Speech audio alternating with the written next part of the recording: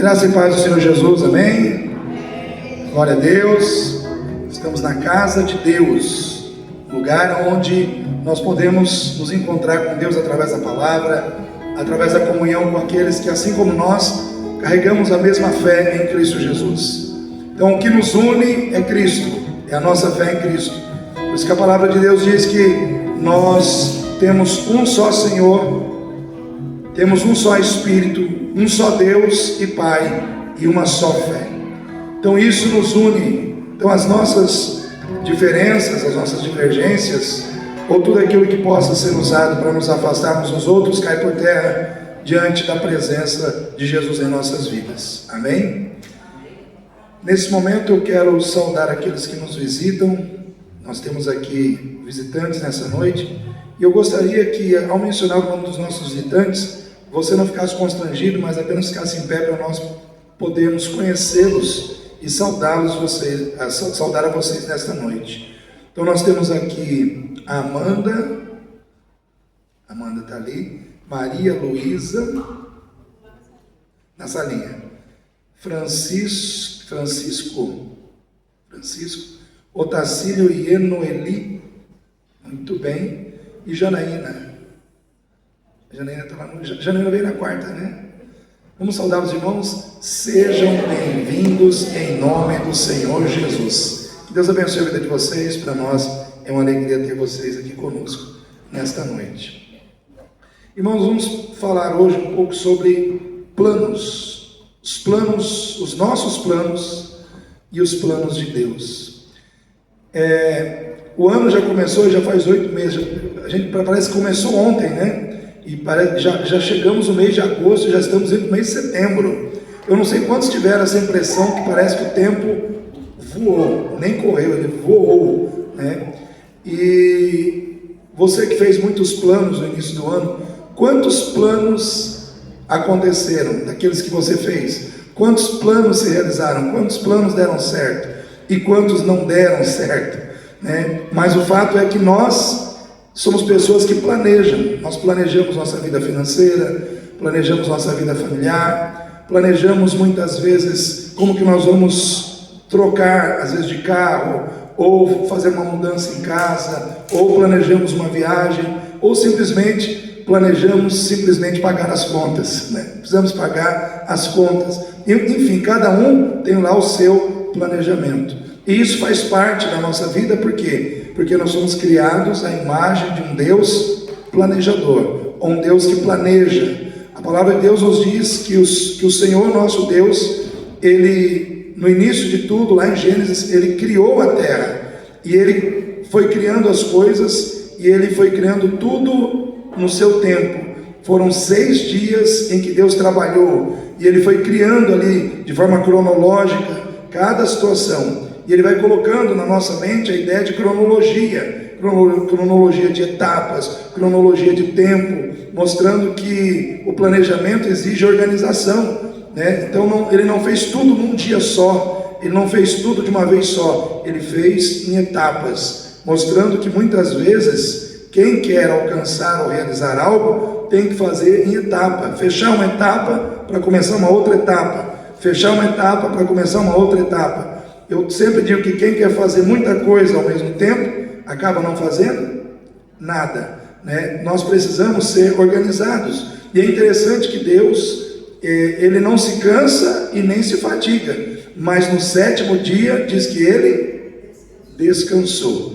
Ou seja, Ele mesmo não se cansando, Ele criou descanso para você e para mim.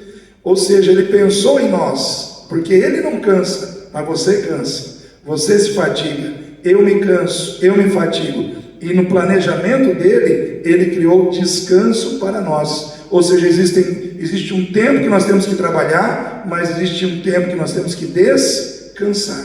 Então Deus criou até o descanso em meio ao trabalho. E nós temos que desfrutar disso. A palavra de Deus nos diz que de nada adianta nós dormirmos tarde, comermos o pão de dores, porque o Senhor dá aos seus amados enquanto eles dormem. Sabe o que acontece quando você está dormindo? Deus está trabalhando em seu favor. Amém? Enquanto você descansa, Deus trabalha. Enquanto você descansa, Deus age. Enquanto você descansa, alguém está trabalhando para te abençoar. E nós temos que aprender a descansar no Senhor. Mas eu quero falar aqui algumas coisas, algumas verdades, algumas curiosidades sobre os nossos planos e os planos de Deus. E eu falei sobre várias situações relacionadas ao nosso planejamento. Só que nós temos que considerar a situação de que, assim como nós gastamos tempo, esforço, planejando as coisas da nossa vida aqui na terra, nós temos que entender que lá no céu, Deus não está parado. Deus não está parado. Ele não fica lá apenas recebendo os nossos planos. Ele também está planejando situações para as nossas vidas. Enquanto você planeja aqui, Ele também planeja lá. E a pergunta de $1 milhão é: pastor, os nossos planos convergem ou divergem dos planos de Deus? E eu vou dizer para você as duas coisas. Existem momentos em que os nossos planos convergem com os planos de Deus, e existem momentos em que os nossos planos divergem dos planos de Deus. E aí é que a gente tem que tomar cuidado. E primeiro eu quero falar aqui de alguém que o plano dessa pessoa convergiu com o plano de Deus, que está lá não precisa ver a Bíblia, eu vou apenas dar um endereço. Marcos 1,40 fala de um leproso que ele sai com a intenção, o plano dele era encontrar-se com Jesus, ou seja, o plano dele era encontrar-se com Jesus para ser curado. E ele chega ali, diz a palavra de Deus, que aquele homem leproso, ele sai de onde ele estava, e ele vai, se ajoelha aos pés do Senhor Jesus, adora o Senhor, e diz: Senhor, se tu quiseres, podes tornar-me limpo. E o que o Senhor responde? Eu quero ser limpo. Em outras palavras, o que ele queria, Jesus também queria. Então aqui nós vemos o que? Uma convergência de vontades, uma convergência da terra com o céu, uma convergência daquilo que aquele homem planejou com aquilo que Deus queria realizar na vida dele. E isso é maravilhoso, irmãos. Quando eu olho para essa situação, eu fico pensando que nós também podemos viver essa situação. Eu e você que estamos aqui hoje, podemos viver a situação de planejarmos algo, de idealizarmos algo, de buscarmos algo que Deus também quer que aconteça na nossa vida. E quando eu quero e Deus quer, nada impede de acontecer. Porque, irmãos, quando eu quero e Deus quer comigo, tudo que precisa para que as coisas aconteçam já aconteceu. A minha vontade, unida com a vontade de Deus, faz com que as coisas aconteçam. Porque, irmãos, se Deus está do meu lado, se Deus está favorável àquilo que eu quero, se Deus está dizendo sim para mim, sim, meu filho, o que você quer é da minha vontade. Irmãos, existe alguém que pode impedir que as coisas aconteçam? O que o Senhor diz? Operando eu, quem impedirá? Não é uma pergunta retórica. Ele é uma pergunta que Deus faz, Ele mesmo responde: operando eu, quem impedirá? Ninguém. Porque não há ninguém maior que o nosso Deus.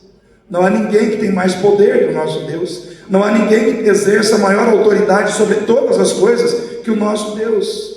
E aí eu fico pensando também, quando a gente encontra pessoas cujos planos convergem com os planos de Deus, eu sou instigado, eu sou induzido a olhar para a postura de vida dessas pessoas, né, como foi o caso desse leproso, como foi o caso da mulher que tinha um fluxo de sangue, né, que sai no meio da multidão e toca na orla da veste de Jesus e é curada. Eu começo a pensar que existem atitudes que fazem parte da vida dessas pessoas, que de certa forma também a gente tem que trazer para as nossas vidas. Por exemplo, eu vou colocar aqui 3 atitudes que eu vi na vida do leproso, que eu entendo que são atitudes interessantes de uma pessoa cujos planos muitas vezes caminham em rota de convergência com os planos de Deus. E a primeira situação que me chama a atenção na vida do leproso é a humildade. Eu vejo que aquele homem ele foi humilde. Ele não chegou ali e disse: o senhor tem que me curar, o senhor tem que fazer isso por mim. Ele chegou lá e se humilhou, ele se apequenou, ele se fez pequeno diante de Deus. Ele reconheceu a sua pequenez diante da grandeza do Senhor. Ele se humilhou diante dele, se colocou ali diante do Senhor, engrandeceu o Senhor, adorou o Senhor, né? Então ele foi humilde, ele não agiu ali com nenhum sentimento de arrogância, ou colocando Deus na parede, ou colocando o Senhor na parede. Não, ele foi humilde, ele chegou ali e se humilhou. Segundo, ele foi perseverante em buscar aquilo que ele queria que Deus fizesse na vida dele, apesar dos problemas, das dificuldades que ele tinha, porque como leproso, ele tinha muitas dificuldades. Primeiro, que um leproso não podia entrar na cidade, ele não podia tocar nas pessoas, ele tinha que ficar no mínimo 100 metros à distância das pessoas, ele não podia se achegar a uma outra pessoa que não tivesse a doença da lepra. Então ele já tinha uma dificuldade que era a própria lepra. Ele tinha dificuldade da lei, a lei judaica, porque a lei condenava ele. Se ele descumprisse a lei, ele poderia ser apedrejado, ele poderia ser morto, ele poderia, enfim, incorrer vamos dizer assim, no castigo que a lei imporia sobre a sua vida. Mas ele enfrentou aquela situação, não permitindo que o problema ou que o medo dos problemas fosse maior que a sua fé. Tem problema, tem dificuldade, mas a minha fé é maior que os meus problemas. Eu vou buscar ao Senhor, eu vou vencer os meus problemas pela fé. Então ele colocou toda a sua fé naquela atitude, mesmo entendendo que haviam problemas no caminho. E a terceira situação é que ele exaltou a vontade do Senhor acima da dele. Ele não chega lá e expõe a sua vontade, ele diz: se o Senhor quiser, se o Senhor quiser. Então ele chega e coloca nas mãos de Jesus: Senhor, se o Senhor quiser, é a tua vontade, eu estou exaltando a sua vontade na minha vida. E naquele momento Jesus diz: eu quero. Então quando eu vejo, irmãos, uma pessoa que age com humildade, uma pessoa que não permite que os seus problemas sejam maiores que a sua fé, uma pessoa que exalta a vontade de Deus na sua vida, eu vejo que Deus olha e diz: eu tenho que abençoar esse plano, eu tenho que concordar com esse plano, eu tenho que agir em favor desse plano, né? Eu tenho que fazer esse plano se tornar realidade. Eu vejo que essas situações muitas vezes favorecem a ação de Deus na vida daqueles que fazem planos, cujos planos muitas vezes convergem com a vontade de Deus. Amém? Mas também temos planos que divergem da vontade de Deus, como foi o caso do profeta Jonas. Quantos lembram do profeta Jonas aqui? O profeta Jonas recebeu uma ordem de Deus: vai a Nínive, prega aquele povo. O que o profeta Jonas fez? A Nínive é para cá? Então eu vou para cá. Ele fugiu da vontade de Deus, ele foi numa direção oposta. E aí o que aconteceu? Tudo que ele começou a fazer começou a dar errado. Fala aí, começou a dar errado. Eu quero perguntar para você: quem quer que tudo que você vier a fazer dê errado? Ninguém, né, irmãos? Ninguém em sã consciência quer que isso aconteça. A gente começa a planejar problemas para a nossa vida quando nós começamos a divergir de Deus, quando nós começamos a discordar de Deus, quando nós começamos a achar que a vontade de Deus não é tão boa quanto a nossa vontade para as nossas próprias vidas. E Jonas, irmãos, ele acabou indo nessa direção, ele acabou indo nesse caminho, né? E a gente vê ali algumas atitudes que podem ter gerado no coração de Jonas essa disposição. Talvez vamos dizer assim, o direito de achar, vamos dizer assim, a capacidade de achar que ele tinha o direito de escolher as pessoas que ele poderia servir. Não, essa pessoa eu sirvo, mas essa aqui não. Se o Senhor me mandar ir na direção dessa pessoa, eu vou, mas dessa aqui eu não vou. Irmãos, nós temos o direito de escolher, como cristãos que tem Cristo, que serve a Deus nessa terra, nós temos o direito de escolher quem nós vamos servir, irmãos. Nós temos esse direito? Não temos, irmãos. Nós temos que servir a todas as pessoas diante de quem Deus nos colocar. Nós temos que servir as pessoas com quem nós simpatizamos, com quem nós temos situações em comum, com quem nós temos, vamos dizer assim, situações que são convergentes, né, vamos dizer assim, mas também nós temos que servir as pessoas com quem nós divergimos. Por quê? Porque todas as pessoas, todas elas, aos olhos de Deus, são pessoas dignas de serem salvas pelo poder que há no sangue de Jesus. E nós precisamos amar as pessoas com as suas falhas, com seus defeitos, com seus problemas, independente de quem elas sejam. Então Jonas, ele estava dizendo, não, os ninivitas eu não sirvo, eu posso servir qualquer, menos os ninivitas. Aí ele começou a divergir da vontade de Deus, e tudo que ele começou a fazer, começou a dar errado. Então, divergir dos planos de Deus traz problemas para nós. Por quê? Porque entre o nosso plano de Deus, qual é que prevalece, irmãos? O de Deus. Entre o seu plano e o plano de Deus, o plano de Deus vai prevalecer, né? Se você planejou algo que é contrário àquilo que Deus planejou, pode abandonar o teu plano, porque ele não vai dar certo, porque o plano de Deus prevalece sempre. Mas nessa noite eu quero falar sobre os planos de Deus abençoadores para o seu povo em meio a situações de diversidade. E eu quero que você abra a sua Bíblia em Jeremias capítulo 29. Jeremias capítulo 29.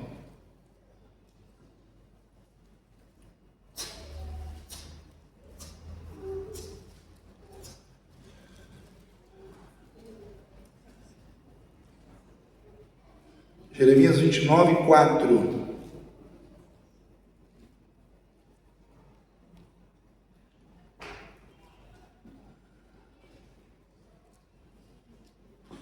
Então, Davi já colocou ali.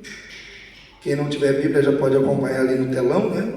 Mas eu vou estar lendo aqui na minha versão, que diz assim: assim diz o Senhor dos Exércitos, o Deus de Israel, a todos os do cativeiro, os quais fiz transportar de Jerusalém para a Babilônia: edificai casas, habitai-as, plantai jardins, comei o fruto, tomai mulheres, gerai filhos e filhas, e tomai mulheres para vossos filhos, e dai vossas filhas a maridos, para que tenham filhos e filhas, multiplicai-vos ali e não vos diminuais. Procurai a paz da cidade, para onde vos fiz transportar em cativeiro, e orai por ela ao Senhor, porque na sua paz vós tereis paz. Na sua paz vós tereis paz. Porque assim diz o Senhor dos Exércitos, o Deus de Israel: não vos enganem os vossos profetas que estão no meio de vós, nem os vossos adivinhos, nem deis ouvidos aos vossos sonhos que sonhais, porque eles vos profetizam falsamente em meu nome, e não os enviei, diz o Senhor. Porque assim diz o Senhor: certamente que passados 70 anos em Babilônia, vos visitarei, e cumprirei sobre vós a minha boa palavra, tornando a trazer-vos a este lugar, porque bem sei os pensamentos que tenho a vosso respeito, diz o Senhor, pensamentos de paz e não de mal, para vos dar o fim que esperais. Amém? Como diz assim, vou ler aqui a versão que o Davi colocou: porque eu conheço os planos que tenho para vocês, declara o Senhor, planos de fazê-los prosperar, não de causar dano, planos de dar a vocês esperança e um futuro. Irmãos, nós precisamos entender que aqui Deus está falando de planos que Ele estabeleceu para a vida do seu povo.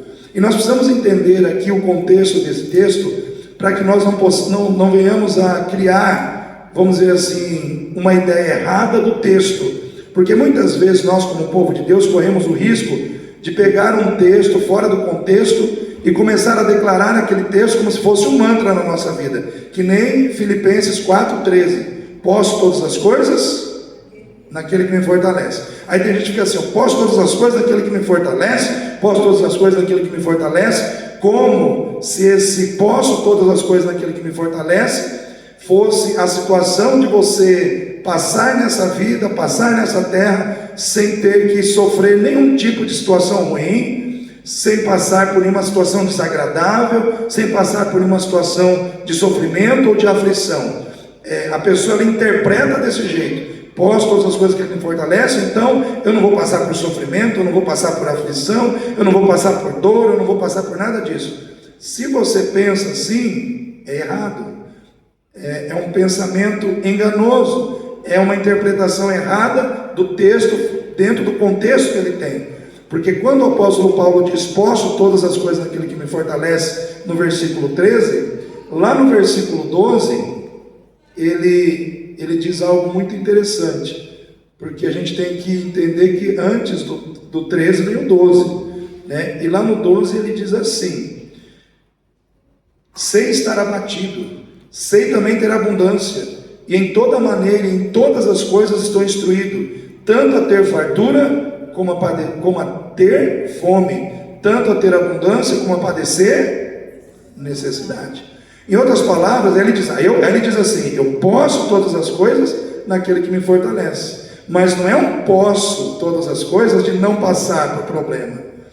Não é o posso todas as coisas de não passar pela necessidade. Ele passou pela necessidade, ele passou pelo problema, ele passou pela fome, né? Mas em todas essas situações, ele reconheceu que Deus o fortalecia. Então, eu estou bem, Deus me fortalece. Eu estou mal, Deus me fortalece. O que importa não é se eu estou passando por uma situação boa ou ruim. O que importa é que Deus me fortalece em todas as situações. Então, se eu tiver que passar por uma situação ruim, Deus está me fortalecendo. Amém, irmãos? Porque a nossa vida como cristão não é um mar de rosa, né? Eu sou cristão, tudo vai estar favorável para mim. Mentira. Às vezes aí é que a luta começa. Quando você fala sou de Jesus, aí você compra uma briga com o inferno, com o mundo, aí que vem os embates, aí que vem as dificuldades, aí que vem muitas vezes os problemas. Por quê? Porque você se uniu a Deus num mundo que não serve a Deus. Você se uniu a Cristo num mundo que é contra Cristo. Então as coisas começam a conspirar contra você. Só que pode conspirar, pode vir o que vier, Cristo vai te fortalecer. Ele vai te fortalecer para superar, ele vai te fortalecer para vencer. Então você pode passar. Eu posso passar pela necessidade em Cristo. Amém, irmãos? Eu posso passar pelo sofrimento em Cristo. Porque se eu não puder passar pelo sofrimento em Cristo, se eu não puder passar pela necessidade em Cristo, eu não posso dizer que eu posso todas as coisas naquele que me fortalece, né? Eu posso passar, porque eu posso todas as coisas naquele que me fortalece.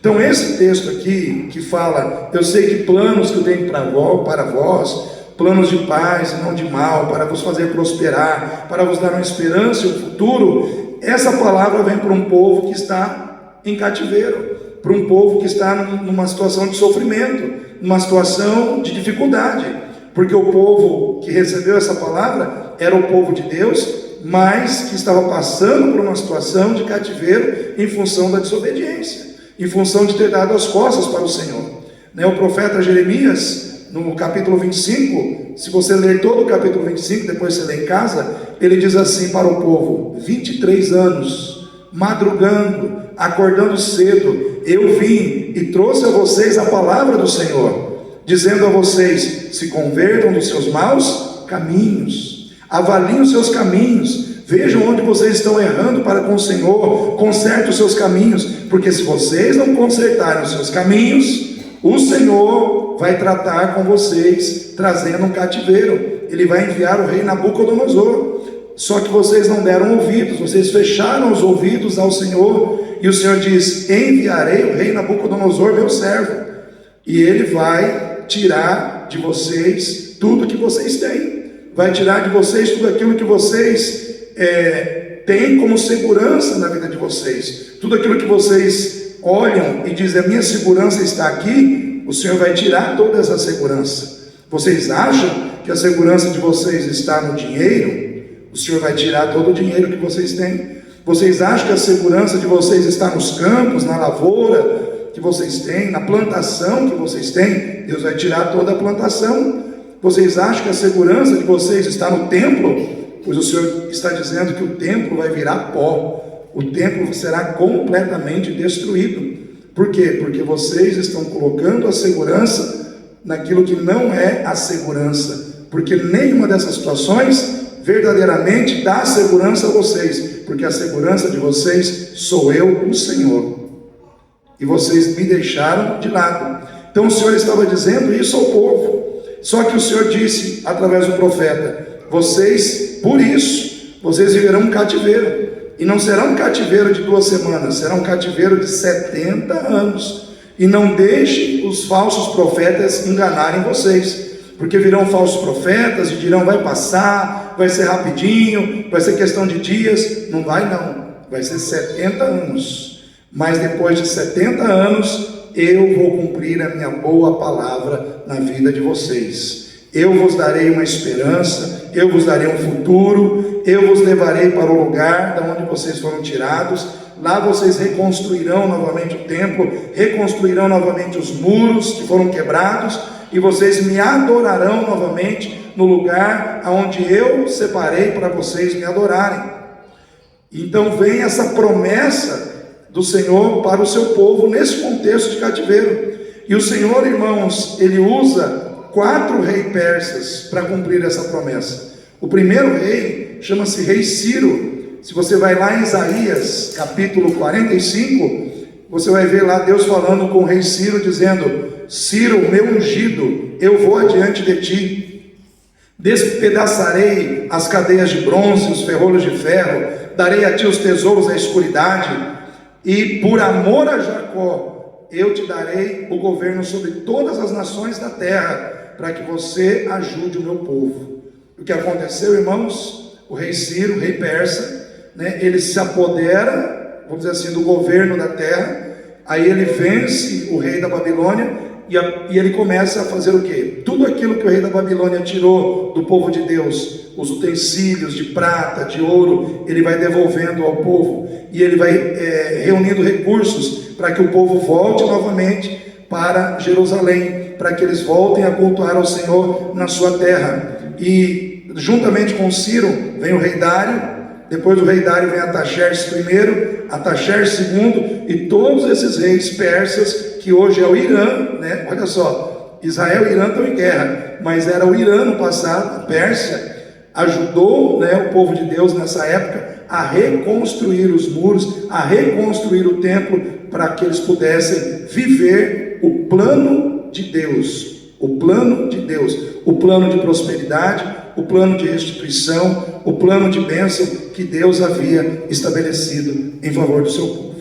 O que eu quero dizer para você nessa noite, querido, é que quando Deus, ele quer abençoar os seus servos, ele usa até o ímpio para fazer isso, porque o rei Ataxerxes, primeiro, segundo, o rei Dário, o rei Ciro, eles não eram adoradores do Senhor, eles não estavam na aliança do povo de Deus com o Senhor, eles eram reis ímpios, mas que Deus usou para abençoar aqueles a quem Ele ama. Eu quero dizer para você nessa noite, se Deus quiser usar um rei Dario, um Xerxes hoje, para abençoar a sua vida, Ele faz isso. Ele é poderoso para usar quem Ele quiser. Ele pode levantar uma pessoa que não o conhece para abençoar aqueles que Ele conhece. Ele usa quem não o conhece para abençoar aqueles que Ele conhece. Então o Senhor cumpriu essa profecia de Jeremias 11, 29, depois de 70 anos de cativeiro, levando o povo novamente para a sua terra, e ali eles passaram a adorar ao Senhor novamente. Mas o que eu quero destacar aqui é o seguinte, que para que nós possamos viver o plano da bênção, o plano da prosperidade, o plano da vitória, nós temos que saber passar pelos tempos da adversidade, servindo a Deus e fazendo a vontade de Deus. Então, o que Deus fez aqui, irmãos? Ele fez um juízo, um juízo intermediário. Ele executou um juízo intermediário sobre o seu povo, para que o seu povo fosse chamado ao arrependimento. O que Deus queria do seu povo? Arrependimento. Arrependimento é uma atitude poderosa em tempos de maldade, em tempos de corrupção, em tempos de superficialidade espiritual. Então, muitas vezes, as restaurações de Deus começam quando começa o arrependimento no nosso coração. E eu quero perguntar para você nessa noite, será que nós que estamos aqui, eu me incluo, né? Me incluo com todos vocês, será que não existem situações das quais a gente precisa se arrepender diante de Deus?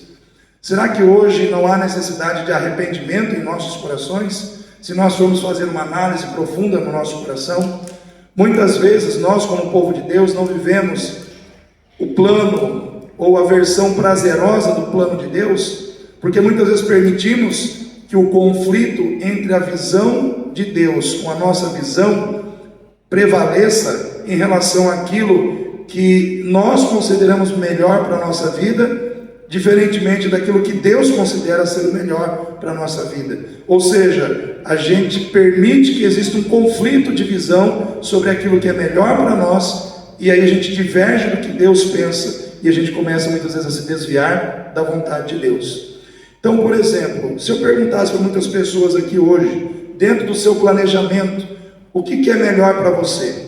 Talvez muitos diriam assim: pastor, o melhor para mim hoje seria estar ganhando mais dinheiro, seria ter um emprego melhor, seria ter uma casa nova, um carro melhor, seria ter mais acesso a novas oportunidades. Talvez muitos iriam por esse caminho.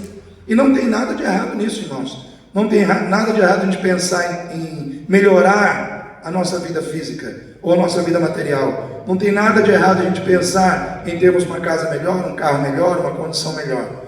Mas muitas vezes o que nós consideramos melhor não é o que Deus considera melhor.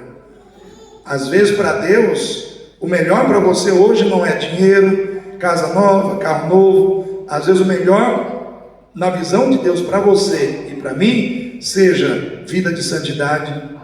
Anota aí: vida de santidade, vida de retidão, caráter aprovado, vida de obediência à palavra. Talvez na visão de Deus o que é melhor é isso. E quando Deus fala comigo e com você sobre vida de santidade, vida de retidão, vida de obediência à palavra, caráter aprovado, Ele não está falando do que a gente tem, Ele está falando de quem nós somos. Amém, igreja? Vou repetir: quando Deus fala dessas coisas, Ele está falando do que nós temos, Ele está falando de quem nós somos. E quem nós somos é mais importante do que aquilo que nós temos. A quem nós somos sempre será muito mais importante do que aquilo que nós temos. Por quê, irmãos? Porque Deus, Ele não morreu por causa dos nossos bens. Ele não morreu por causa do nosso celular. Ele não morreu por causa da nossa casa. Jesus não morreu por causa da nossa fazenda. Jesus não morreu por causa dos nossos bens. Ele morreu por causa da nossa alma. Ele morreu por causa das nossas vidas. Então o que é mais importante para Ele? São os nossos bens ou a nossa vida, irmãos? É a nossa vida. É a nossa vida. Só que Ele enxerga a gente aonde? Lá dentro. Deus não está preocupado com quem você é por fora. Ele está preocupado com o que Ele vê dentro. Porque Ele vê o coração. Então Ele olha o nosso coração. E Ele vê muitas vezes que a gente está perdendo os verdadeiros valores que fazem parte daquilo que realmente é importante para Ele. Porque, irmãos, eu vou dizer uma coisa para você e não se assuste. O mesmo Deus que envia prosperidade, que envia bonança, que envia bênçãos materiais sobre a nossa vida, Ele também envia aflição, Ele também envia sofrimento, Ele também envia situações de dificuldade. Mas pastor, será que Deus só não permite? Não, às vezes Ele envia, irmãos. Se você olhar aqui, Jeremias 29, versículo 4, por exemplo, e tem outros versículos que falam, diz que o Senhor estava no controle dessas situações. Foi Ele que fez as situações acontecerem, como elas aconteceram, né? Jeremias 29, 4. Assim diz o Senhor dos Exércitos, o Deus de Israel, a todos os do cativeiro, os quais eu fiz transportar de Jerusalém para Para onde, irmãos? Para a Babilônia. Ele está dizendo, eu fiz acontecer. Essa situação de sofrimento, eu fiz acontecer na sua vida. Eu trabalhei para que ela acontecesse. Porque o que eu quero que você entenda é que Deus, Ele levou o povo a esse confronto para mostrar para o povo que o povo estava perdendo a sua maior riqueza. E a sua maior riqueza não eram os seus bens materiais, não era o seu dinheiro, o seu campo, os seus recursos. A sua maior riqueza era a sua identidade espiritual em Deus e a sua comunhão com Deus. Em outras palavras, o povo estava vivendo para as coisas dessa terra, mas estava vivendo longe do Senhor e perdendo a identidade espiritual em Deus. Ou seja, a imagem de um servo de Deus não era mais encontrado naqueles que serviam ao Senhor. E o Senhor olhou e começou a perceber que o povo precisava voltar novamente para Ele. O povo precisava voltar dos seus pecados para o Senhor. E muitas vezes é assim que Deus trabalha, irmãos. Quando nós estamos longe de Deus, quando nós começamos a nos afastar de Deus, Deus começa a usar situações para nos trazer de volta para Ele. Porque muitas vezes a gente olha somente para as bênçãos, a gente olha somente para a prosperidade, a gente planeja coisas pensando nas bênçãos, na prosperidade, naquilo que a gente quer, mas a gente não para pensar que muitas vezes o que nós estamos querendo de material está nos afastando daquilo que Deus planejou no espiritual. Porque nós planejamos muito no ter, nós queremos ter, e muitas vezes nós esquecemos de planejar no ser. Qual é o seu planejamento para ser mais cheio do Espírito Santo? Qual tem sido o seu planejamento para ser uma pessoa mais amável em casa? Qual tem sido o seu planejamento para ser uma pessoa mais fervorosa no Espírito? Qual tem sido o seu planejamento para ser uma pessoa mais dedicada a Deus, mais dedicada à obra de Deus, mais dedicada à sua família, nas questões espirituais da sua casa? Às vezes nós não planejamos isso. Nós estamos pensando sempre, na maioria das vezes, em ganhar dinheiro. Alguém disse que as pessoas elas ficam, a pessoa vai envelhecendo e ela fica até os 70 anos correndo atrás do dinheiro, deixando para trás família, saúde. Depois desses 70 anos, ela passa o tempo inteiro gastando o seu dinheiro para tentar recuperar a saúde que perdeu, a família que deixou para trás, os relacionamentos que foram quebrados, e aí muitas vezes é tarde para consertar muitas coisas. Às vezes nós estamos correndo atrás de objetivos errados em relação aos nossos planejamentos. Nós temos que voltar a ver o que é mais importante. O mundo está iludindo os nossos corações a cada dia. Se nós permitirmos, nós começamos a nos afastar de Deus dentro da casa de Deus.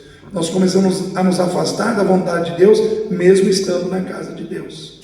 Então o povo, eles conheciam a Deus, eles tinham liberdade para adorar a Deus, eles tinham liberdade para servir a Deus, mas eles resolveram servir a si mesmos. E se esqueceram de servir ao Senhor. O que o Senhor fez? Começou a enviar aflição, começou a enviar cativeiro, começou a enviar situações dolorosas. Porque, irmãos, eu vejo assim, que Deus ele sempre quer o nosso bem.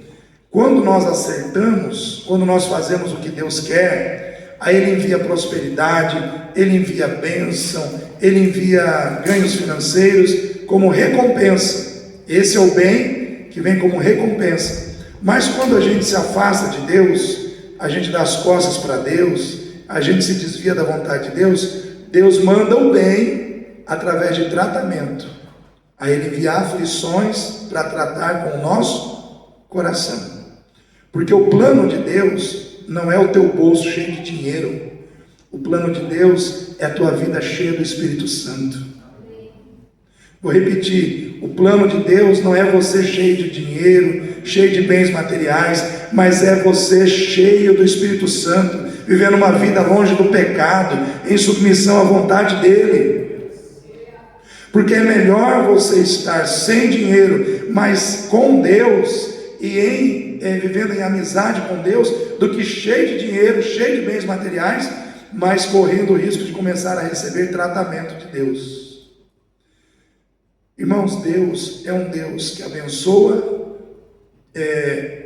recompensando a nossa obediência, mas Ele também é um Deus que abençoa tratando a nossa desobediência. Quando Deus está tratando a nossa desobediência, também Ele está fazendo o bem em nosso favor. Por quê? Porque Ele está nos tirando de um caminho errado, Ele está nos tirando de um caminho de morte, e está nos reconduzindo para um caminho de vida. Então, o que acontece? Deus estava tratando com o povo, por quê? Porque o povo de Deus erra. Sim ou não, irmãos? Quem crê que o povo de Deus erra aí? Quem erra? Todos nós erramos, irmãos. A gente erra, a gente se desvia, a gente começa muitas vezes a se afastar dos caminhos de Deus, a gente muitas vezes está sujeito a se corromper. Sabe o que aconteceu nessa época? Corrupção. A corrupção entrou no coração do povo de Deus. Os sacerdotes, que eram os responsáveis pelo culto ao Senhor e conduzir o povo à presença de Deus, eles começaram a pensar mais no ganho financeiro do que no ministério que eles tinham de conduzir o povo à presença de Deus. Eles estavam mais preocupados em ganhar dinheiro, em ter lucro com aquilo que eles faziam, do que em exercer um ministério sacerdotal de obediência a Deus, que levasse o povo de Deus a um quebrantamento espiritual. Então os sacerdotes daquela época se tornaram amantes do dinheiro, amantes do poder. E eu pergunto aos irmãos nos dias de hoje: será que hoje, em muitos lugares, irmãos, os sacerdotes não têm se desviado dessa maneira? Em igreja, será que hoje, em muitos lugares, muitos sacerdotes também não deixaram o seu sacerdócio de amor a Deus, de amor ao povo de Deus, por amor às coisas materiais? O que os irmãos acham? Infelizmente tem acontecido.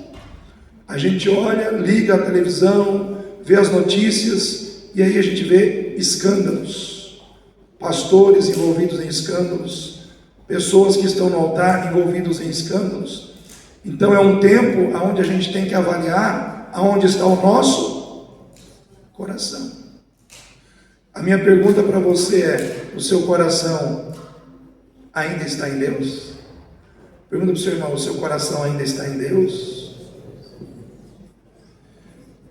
A vida do povo de Deus, irmãos, vamos dizer assim, foi contaminada com a pecaminosidade da época.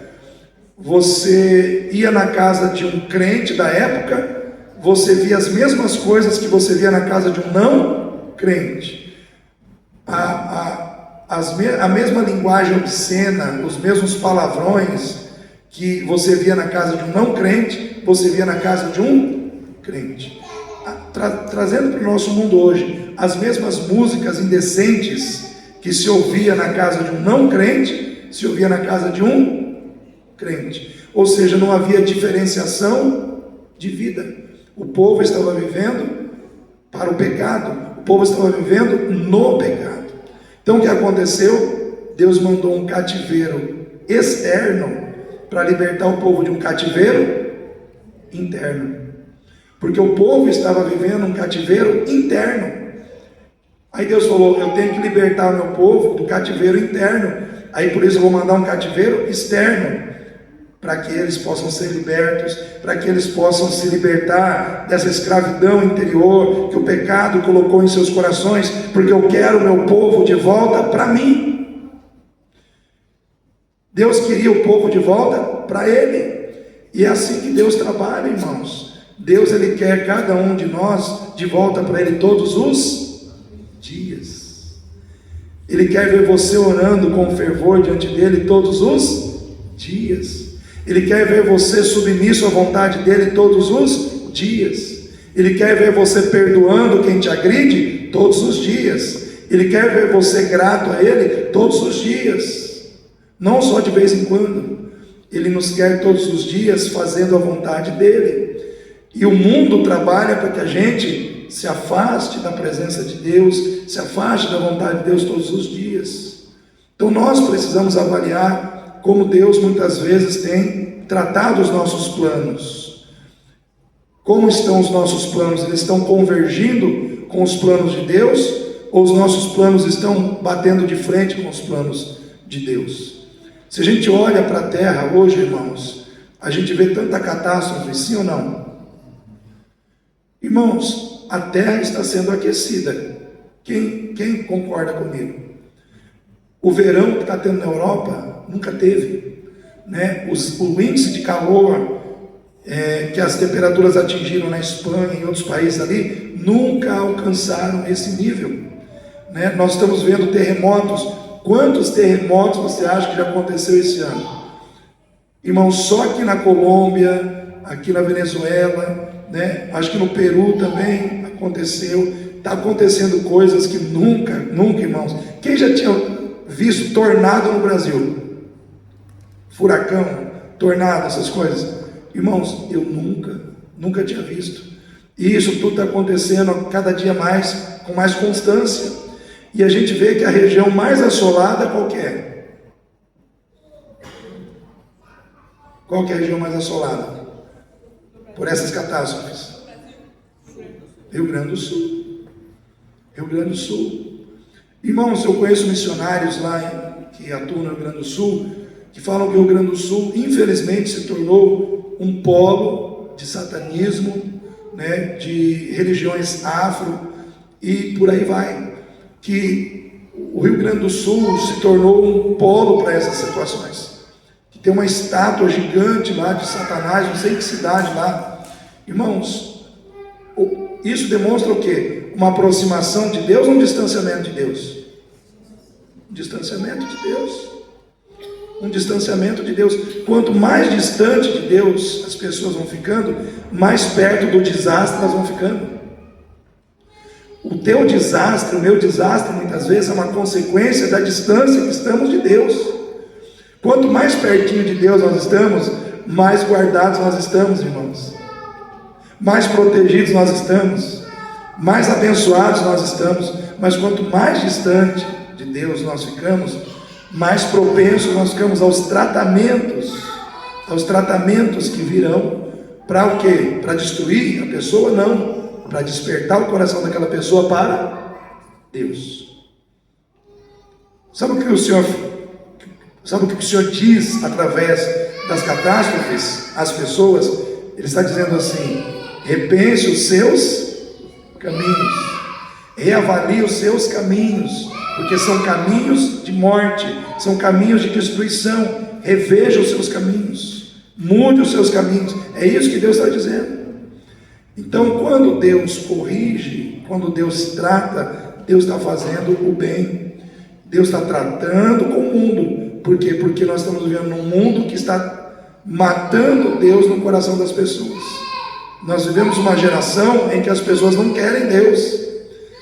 Eu já tenho mais de 50 anos, né? A minha geração é uma geração que vamos dizer assim, é uma geração que tem um temor maior, parece que no coração de Deus, porque a gente foi ensinado dessa maneira. Mas os mais jovens, hoje, eu vejo irmãos jovens assim, que não estão nem aí para a vontade de Deus, não estão nem aí para a Bíblia, né? Zombam. E eu fico pensando como será as gerações futuras.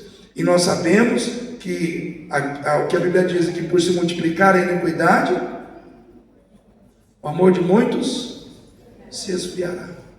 Eu pergunto para os irmãos: o amor tem se esfriado, sim ou não? Irmão, a gente sente isso nitidamente nos relacionamentos, os relacionamentos familiares, os relacionamentos fraternos, né, entre irmãos. Irmãos, tem se esfriado porque a iniquidade tem se multiplicado. E nós temos que buscar a Deus, a gente tem que buscar viver o plano de Deus na nossa vida. Amém, irmãos?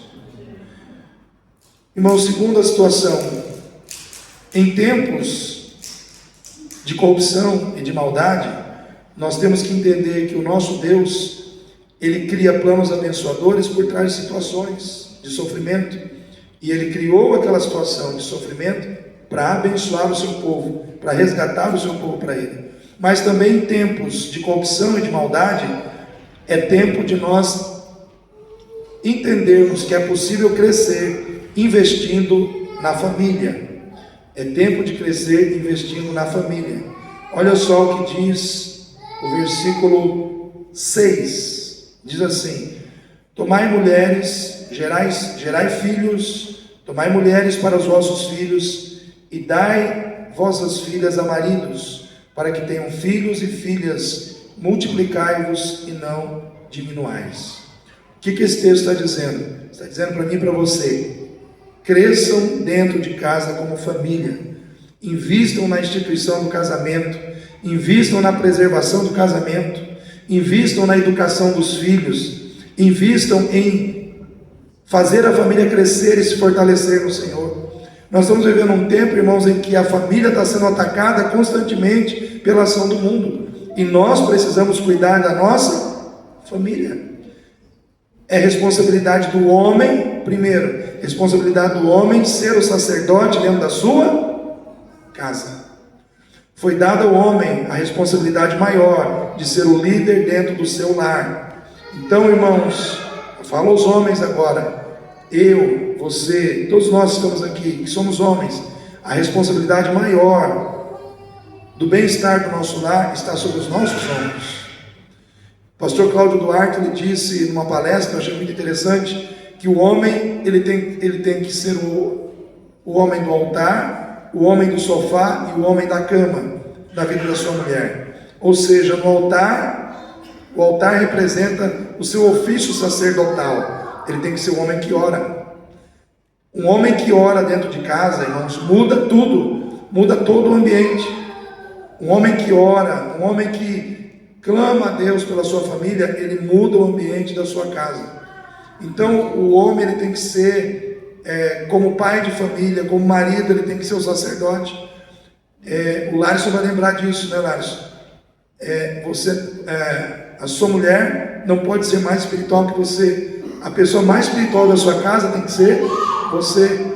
Eu falo isso porque eu fiz um curso de noivos com o Larson, com a Débora, ele gravou isso. E é verdade, irmãos, nós temos que chamar a responsabilidade para nós. Se existe alguém dentro da nossa casa que tem que orar, que tem que chamar o povo para orar, que tem que chamar o povo para ler a Bíblia, essa atitude tem que partir do homem. Quando nós fazemos isso, nós estamos blindando a nossa casa, nós estamos blindando o nosso lar. Por quê? Porque nós estamos fazendo aquilo que Deus determinou. Então isso tem um poder enorme dentro da nossa casa. O homem também tem que ser o homem do sofá, ele tem que sentar do lado da sua esposa para ouvir e ser amigo, né? Sentar, ouvir a esposa, ouvir os filhos, as filhas, e ser o amigo, aquele que ouve, aquele que conversa, aquele que dialoga. Então isso é muito importante nos dias de hoje. E o homem tem que ser o homem da cama, ao lado da sua mulher. Ele tem que suprir a sua necessidade como amante da sua esposa. Então, nessas três situações, se o homem fizer bem feito, ele tem um lar abençoado, ele tem um lar debaixo da bênção de Deus. Então, nós temos que trazer essa responsabilidade para nós, né? Como que eu posso investir em família? Como que eu posso fazer a minha família crescer? Crescendo em amor, crescendo em respeito, crescendo em fidelidade, em lealdade, em cumplicidade. Quando eu trabalho para que essas coisas cresçam dentro da minha casa, eu estou investindo no bem-estar da minha família. Algum tempo atrás, uma pessoa mandou um WhatsApp para mim, dizendo o seguinte: pastor, o senhor lembra daquela pessoa, 40 anos casado, separou. O senhor lembra do filho daquela pessoa, separou também. E uma outra pessoa com 20 anos de casamento, separou também. Tudo crente. Aí eu pergunto para os irmãos: estamos ou não estamos numa guerra espiritual, irmãos? E nós precisamos investir na nossa família. Precisamos investir na nossa família. Homem e mulher precisam deixar de ser competidores e serem cooperadores, um com o outro dentro de casa. A Bíblia diz que Deus criou homem e mulher. O homem foi dado a ele a incumbência de ser o cabeça, e a mulher a sua co-ajudadora, caminharem juntos. ter uma função complementar, um complementa o outro, né? Aí eu uso uma frase que todo mundo aqui já ouviu, mas que para mim tem muita sabedoria nessa frase, que Deus não tirou a mulher do osso da cabeça para não dominar, não tirou do osso do pé para não ser pisada pelo homem, mas tirou para andar lado a lado. Então, irmãos, não existe maior e nem menor dentro do relacionamento conjugal. Existe uma parceria onde um ajuda o outro a conduzir a família. Então, quando eu invisto em família, eu estou investindo no plano de quem? No plano de Deus. E quem investe no plano de Deus está investindo em algo que trará sucesso, bênção e vitória para a sua vida.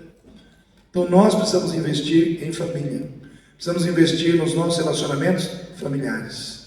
Deus, Ele quer que a sua casa seja abençoada, Ele quer que a sua família seja abençoada, mas Ele quer que você faça parte desse planejamento. Amém?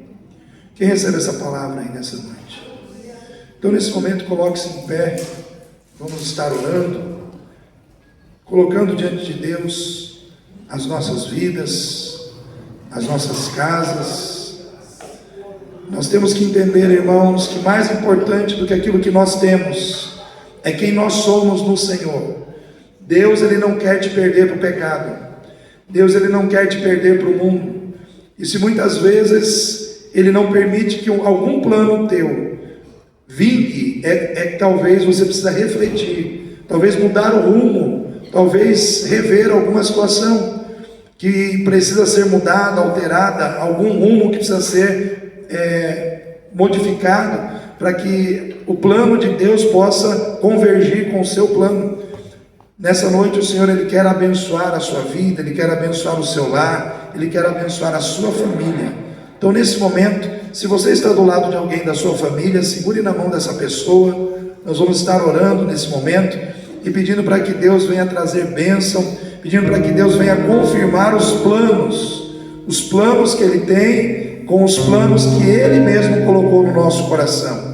Deus é um Deus que quer abençoar as nossas vidas à medida que nós nos rendemos à sua vontade, à medida que nós nos comprometemos com os seus planos.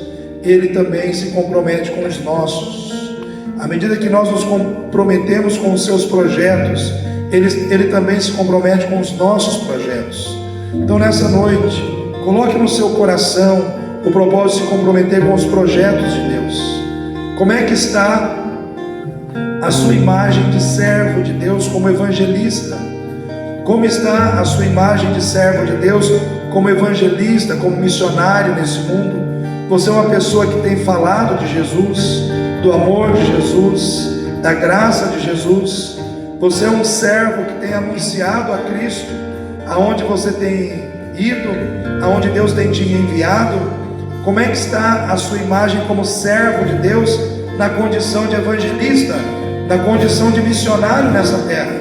Todos nós fomos chamados para ganhar almas para Jesus, e nós precisamos entender que isso faz parte do plano de Deus. Deus planejou que eu e você pudéssemos ser instrumentos de proclamação do Evangelho, instrumentos de proclamação da salvação em Cristo Jesus.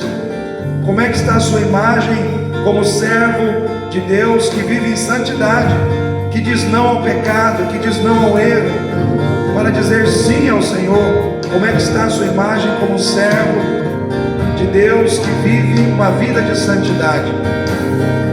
Como é que está a sua imagem como servo de Deus que vive em obediência à palavra, que vive o amor sacrificial na sua vida, que estende a mão para o necessitado, que se preocupa com o órfão, com a viúva, que está preocupado em ajudar aqueles que precisam ser levantados?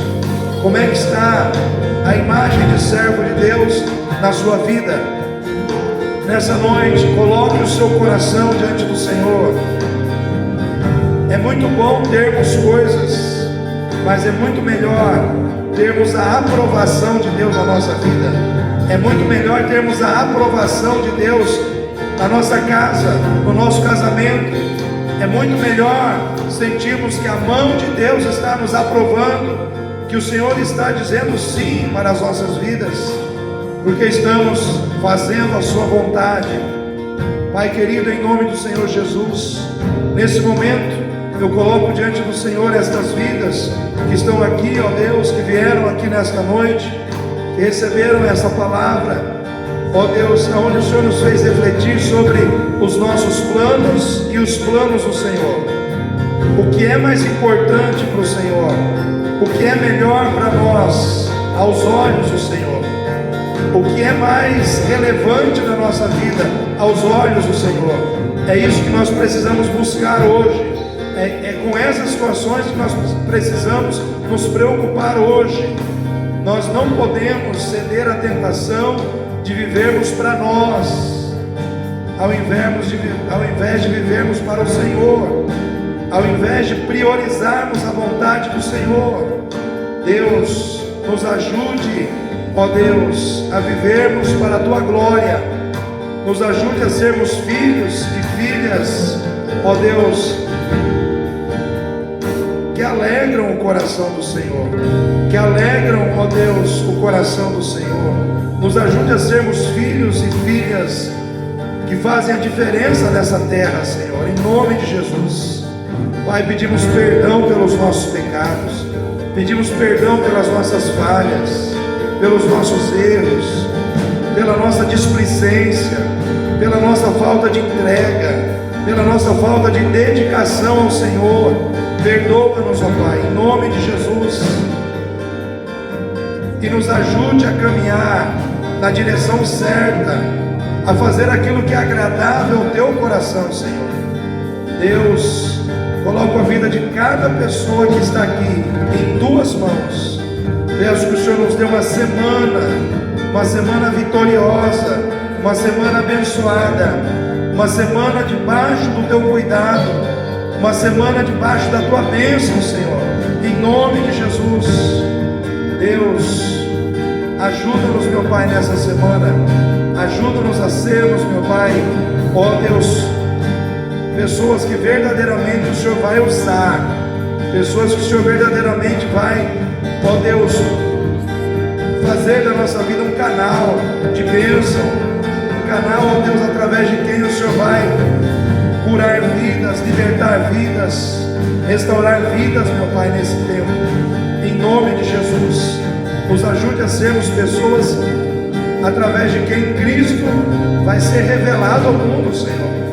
Cristo precisa ser revelado através das nossas vidas. Eu te peço, Pai, abençoa e faz das nossas vidas uma bênção em Tuas mãos. E agora, Pai, que o amor do Senhor, do Deus Pai, a graça redentora do nosso Senhor e Salvador Jesus Cristo, as consolações, os dons e o poder do Espírito Santo estejam sobre esta igreja e sobre toda a Tua igreja espalhada sobre a face da terra,